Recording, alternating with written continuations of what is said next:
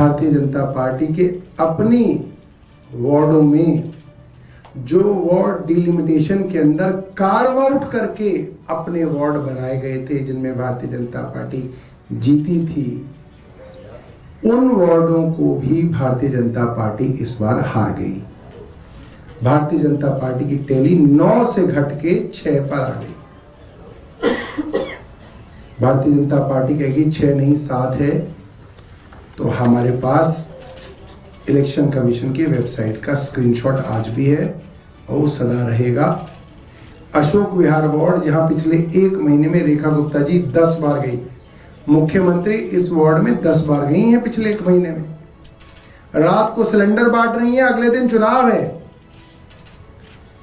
29 की रात को सिलेंडर बांटे, वहां भी रेखा गुप्ता जी की पार्टी हार गई थी। 179 वोट से लोग हार गए,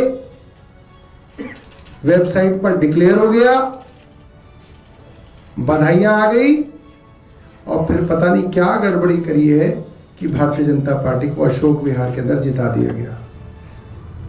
जिस तरह से प्रयास कर रहे हैं दिल्ली को सुधारने का, और उस दिशा में नगर निगम को ये ताकत देना ये एक बड़ी उपलब्धि है। लेकिन जिस तरह की अनर्गल बातें हमारे विपक्ष के साथी मैंने सुना उनको, अब मैं उनकी पीड़ा समझ सकता हूँ।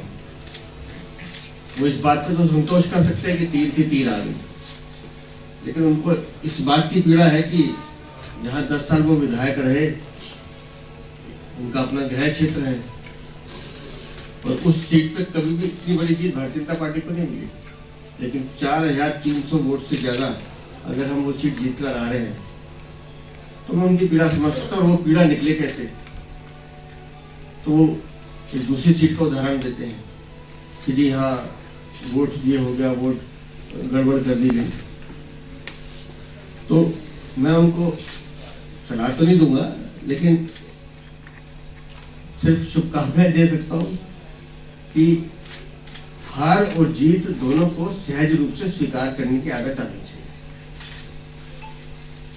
और दिल्ली विधानसभा चुनाव